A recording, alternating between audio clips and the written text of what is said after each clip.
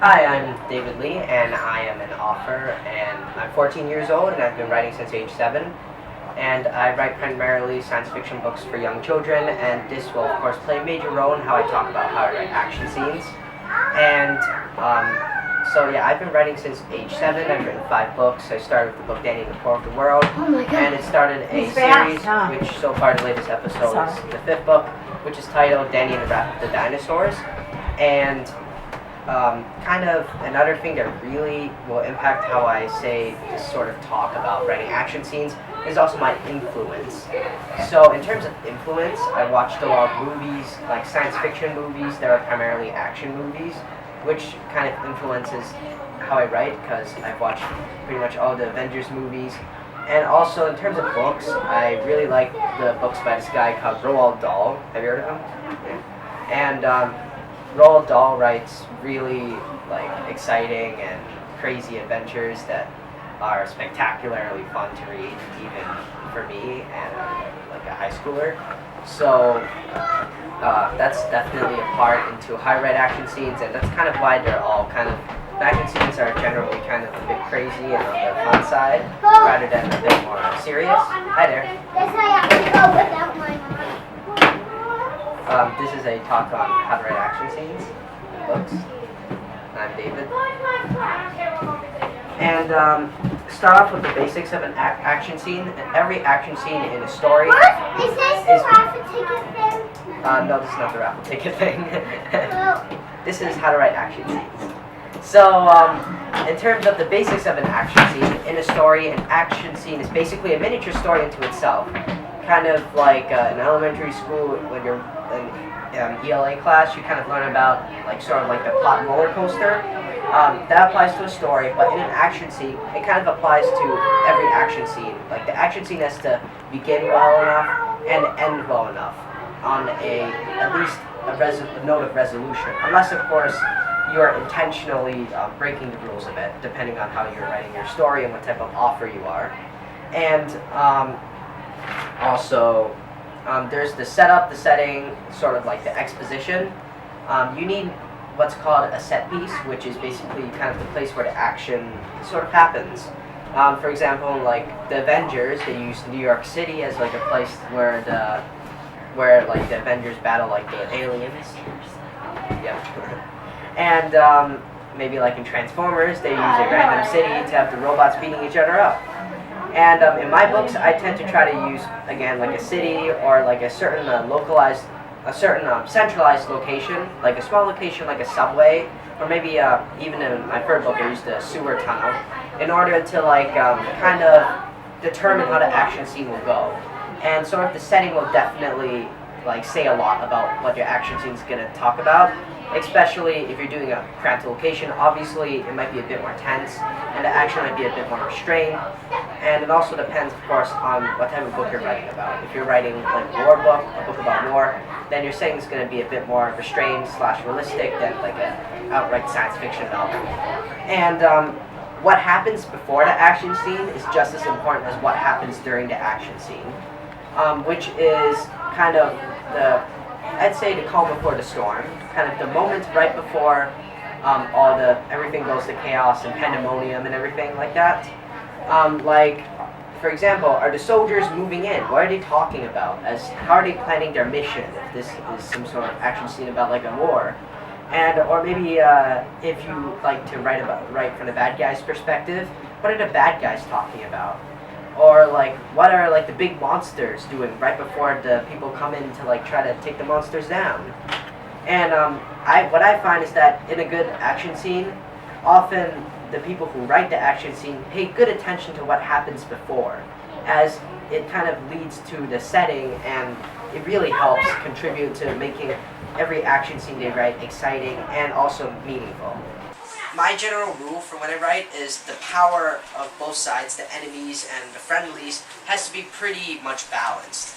Because if you're talking about a huge alien species with a Death Star type laser, compared to a group of cavemen who are good at sword fighting, it's definitely not. It might be a interesting action scene, but not exactly an exciting or memorable one, because the alien's obviously going to win. So in my books, what I have is usually one side, sort of maybe like the United States Army, for example, has these nice weapons and like a pretty big army, and then the aliens have their own type of weapons and kind of their own forces, their own strengths. Each side has their own unique strengths and weaknesses, and if you spend time to kind of develop your different sides and make them as different as possible, then it really helps, in my opinion, to make your action scene much more like off the page and kind of, yeah, just give it that spark that makes it awesome. And there has to be a sort of a intended desire or meaning for every action scene that you write, because what I found in a lot of books / movies that I've seen is that there are a lot of action scenes, obviously, and many of them are wonderful, but some of them are interesting and they look great, but they're kind of boring, simply because they don't actually have any really sort of meaning. They don't really help to further the plot, or whoever directed it or wrote it just threw it in without any sort of reason or intended effect, which often decreases the quality of the piece as a whole. So when I write, I try to make sure that I have some sort of purpose to every action scene, or at least, at the very least, make sure that it advances the plot in a way that makes it necessary. And in effect, the less action scenes you have, the better the quality will be most of the time, in my opinion, because honestly, in a story, if there are just way too many action scenes, it ends up becoming sort of like an anthology. Because as I've stated in the beginning, an action scene is a mini story in itself. And having too many mini stories in your story kind of makes it sound more like a compilation of short stories rather than a comprehensive and coherent novel. Come back. The punches are being thrown, it's like he punched her, she did this, blah da da da. I don't know how to descriptive language. That actually takes practice. So I'll kind of move to how I sort of describe things. So for me, I'm less about the fist fights and more about the Star Wars type action or the Avengers type action. So what I usually have, for example, in a certain action scene is I kind of like to use sound effects and put them into words, like a pow or a smack or a zap or something like that. I tend to have kind of, for example, in my fourth book, which is on the table, Danny and the Revenge of the Dinosaurs, I often have the aliens saying like a roar, and then when punches are thrown, or spaceships start firing, I try to kind of add the tension by adding like bullet sounds and all that. And what I find is that for my intended audience, which is kind of sort of younger people, I think it's pretty exciting. It adds a bit of a more splashy effect that definitely ups the quality for them. And it kind of makes it pop in a way, sort of like a comic book, because I read some comic books when I was a kid. And yeah, that's kind of my style. And also on the physical side of the page, on the physical part of actually writing, I think the page layout really counts into how the action scenes work. Because for my style, I like to pay attention to how big my paragraphs are. Because one analogy I like to think about is that in a lot of action movies, they tend to use something called fast cutting, which is they tend to switch the camera they're using very fast to convey a sense of speed and tension. And sometimes it's effective, again, sometimes it's not. But for me, I kind of like to use bite-sized, good chunks of paragraphs. And when I write, first, it helps me with my organization, and second, it helps me make sure that the reader will not get bored by a page-long description on something. Unless, of course, your intended effect is to,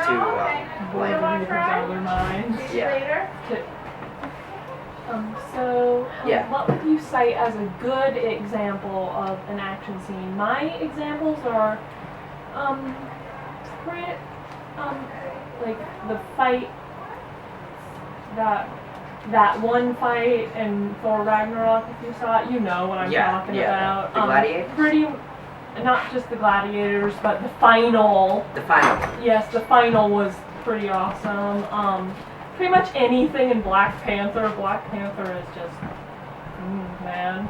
And I don't know if this counts as action or not, it's more suspense, but the kitchen scene in the first Jurassic Park when, Oh, that's you're hiding and, like, just Yeah. you can feel the tension. Like, I'm not sure if it counts as a lead no, up. that definitely, no, that actually counts as, it could be a lead up or it could be an action scene, however you classify it, but that definitely counts as something I might want to I'm talking about, and that's kind of something, creative license basically means that the rules I've said, sort of the guidelines, any author, screenwriter, or director can break them as long as they have a purpose for doing it, like it fits in the story, or they have a certain style they want to maintain. Like, for example, that Jurassic Park scene with the raptors in the kitchen, the dinosaurs, is definitely an example of suspense, and it's all for the better of that scene in the kitchen. And actually, on the literary side, usually there's this author called Rick Riordan. Oh, I know him. He does We the all Percy. know him. Yeah. Oh, he wrote Percy Jackson. Yeah, he writes this book, not series called Percy Jackson, and then he did. Oh, honey, no. He does generally good action scenes, although they are more towards a fantasy side, which is why they're The not exactly. Minotaur scene in the first book. Yeah, that's pretty good. That, like, I was outright, like, and pretty much any action scene in I haven't read the other two, but the Red Pyramid, he's really good with action in. Oh yeah. Pretty much any Rick Riordan book will have a pretty good climatic final. It's a good example of how a final battle should occur. And sometimes if you're lucky, they have a pretty good cliffhanger. He has a knack for cliffhanger endings. Oh yes, including the famous dedication, "Dear readers, to whom I'm sorry for all the cliffhangers, haha, not." And there's another example I like. It's J.K. Rowling's Harry Potter. The very last books, the Harry Potter and Deathly Hallows, I think. The Battle of Hogwarts is another example of a great scene, in my opinion. My personal opinion is that the battle or whatever has to mean something. Like, for example, if it's, goes down like one of those anime battles where you recruit a new teammate, or if, something has to be at stake for a good action scene, be it your life or the artifact you're after, or heck, even if you're dealing with like mind monsters or whatever, like your sanity, like something has to be at stake. Yep. In my opinion. That works. I'm sorry, I'm not a great action writer, but I remember like one of my best scenes I did was, you guys wouldn't know this because it's not published, but was a scene where they were catching a monster, and said monster, well, let's say she didn't go into it quietly. She was throwing her head around, snapping at them, like, and I kind of looked back on it, and I cringe at that draft. I cringe at it so hard, but I'll reread it, and I'm like, this is some good stuff. Like, how did I do this? Honestly, and it was all in the setup. One tip I have is you have to be confident in your own work, because one problem I have sometimes is when I start a book and I start writing, I will sometimes delete what I wrote often when I'm starting off, because I do get nervous about the quality of my work, but once I get into the flow, I just go with the flow and keep writing until, and yeah, you gotta be like confident in, but your writing sounds pretty good. Oh, Yeah. thanks. I'd love to see it Very published. much Celtic mythology and stuff. They were wrestling a Kelpie. Yes, So, they are. in terms of page layout, I use one of my styles, kind of my signature move, sort of, is I like to convey motion. For example, I often have a line of words which is basically down, down, down, down, down. And that's kind of my signature move. It's not something I would recommend, honestly. It's kind of my signature way of saying that, like, when someone's like falling, or maybe like something's going down pretty bad, I kind of just like throw that line of words, because it's kind of my signature, something I put in basically every book I do. it's my unique way to convey a sort of action, a certain type of action. And again, sound words like kablam, kablooey, kapow, like those comic books, those are very important for me in order to maintain a sense of excitement. And my intended purpose for my action scenes is to create a sense of adventure that feels lighthearted and won't like scare like the reader out of their pants. See, I write darker stuff, and sometimes I'll even use an action to establish a character, such as there's another project I'm working on. I have like 10 different projects all in various stages of completion. Bear with me here. In which a character who's naive, has basically never been outside before, is being chased down by these monsters, and this gal comes out of nowhere. She's an important character, so it was establishing how she got there in the first place, and basically takes them down in one swing, basically to show just how that this lady could, one, to establish that tension. Tension is so important in scenes like these, that this is a girl, this is a Shakti, that's her name, is not to be trifled with, and you don't know if she's a friend or a foe yet. It's supposed to show that the way morality swings in this world, and that it's tough out there. I'm sorry, Oh, no. but like you can show like who stays behind and gets in front of their friends, who's the one who just charges into it, like Thor or something, and who's the one who basically tries to avoid it as much as possible, like the runner, I call that character. I'm sorry, did I take it over? I think I did. No, that was... You just made my talk all the more livelier. Thanks for that. You're very welcome. And one thing part of the secret sauce I add is, one thing I pay much attention to is actually the scenes in between bits of action, like the scenes in between it. And what I think is very important is that you have to make those scenes kind of meaningful as well. And like you can't just stress the action scenes over what's in between, because then the reader will be thinking like, oh, it's just another boring bit of dialogue. All I want is to see monsters. What's the story? What's the story? I've read books like those. I'm just like, is there a plot here, or is this just people punching each other? Yeah. Yes, I've seen a lot of movies like that too. They're not that Oh great. man. Yeah. The Percy Jackson movie much? I watched them because I've never just Honey. I also watched the second, so like Read the books. I need to. So Trust me, they'll blow your mind. yes, I do include dialogue, but I often try to make it kind of spunky and a bit funny. And I also try to introduce new set pieces, but not exactly action. More of like a set piece for drama, or at least a conversation that's important to the kind of this keeping the book going. And in a sense, the scenes in between action sequences have to be just as meaningful, if not more, than the action sequences themselves, because even like a good action movie like Mission Impossible will have sort of like scenes in between the action sequences that are at least meaningful or at least decently well done. And that's why these movies are good action movies, kind of like are a step above the bad action movies. That's kind of one thing, this also applies to books as well. That's one thing that I find is kind of a secret ingredient that some authors don't know, and I feel like it's a good tip for those on the road to writing, and those who like action. Of course, this talk may not necessarily apply to people who predominantly like to write romance novels, or maybe like a family drama novel, but I do believe that kind of what I've just been talking about does apply to pretty much any scene in a novel, where not just action scenes. If you want to write a scene that's exciting, or at least a scene that tries to that you want to be kind of memorable, I believe that the guidelines that I've gone over most of them at least, apply to scenes in general.